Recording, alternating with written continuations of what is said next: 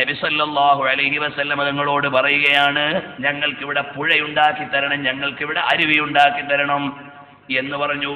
അപ്പൊ നബി സല്ലല്ലാഹു അലൈഹി വസല്ലം തങ്ങൾ പറഞ്ഞു, മാ ബിഹാദാ ബുഇസ്തു ലക്കും മിന്നമാ ജിഅതുക്കും മിനല്ലാഹി ബിമാ ബഅസനി ബിഹി വഖദ് ബല്ലഗതുക്കും മാ ഉർസിൽതു ബിഹി ഇലൈക്കും.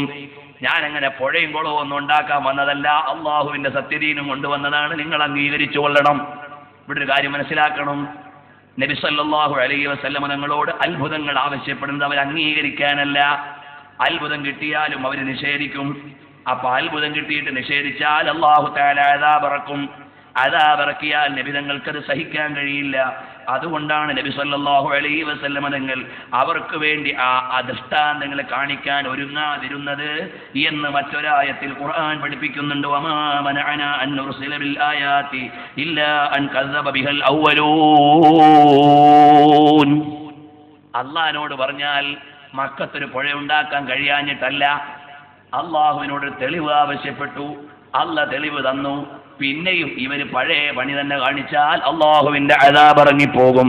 അതുണ്ടാകാൻ പാടില്ലെന്ന് വിചാരിച്ചു മുഹമ്മദുർ റസൂലുള്ളാഹി സ്വല്ലല്ലാഹു അലൈഹി വസല്ലം. പിന്നെ യഥാർത്ഥ ഇസ്ലാമിനെ എതിർക്കുന്ന ആളുകൾക്ക് തെളിവ് കൊടുത്താലും അവർ അംഗീകരിച്ചു കൊള്ളണമെന്നില്ല. കാരണം ചന്ദ്രനെ 2 പിളർപ്പാക്കി അങ്ങ് കാണിച്ചു കൊടുത്ത് ഇഷ്ഹദു, ഇമാം ബുഖാരി നിവേദനം ചെയ്യുന്ന ഹദീസിൽ കാണാം, ചന്ദ്രൻ 2 പിളർപ്പാക്കി അങ്ങ് കാണിച്ചു കൊടുത്തിട്ട് പറഞ്ഞു, കണ്ടില്ലേ ഒരു പൂൾ അവിടെയും ഒരു പൂൾ ഇവിടെയും നിൽക്കുന്നത് കണ്ടോ? അപ്പോഴും അവര് പറഞ്ഞു ഇത് മാരണമാണ്.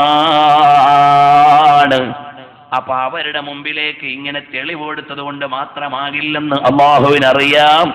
അവന്റെ ഹബീബായ മുഹമ്മദുർ റസൂലുള്ളാഹി സല്ലല്ലാഹു അലൈഹി വസല്ലം തങ്ങൾക്കും അറിയാം.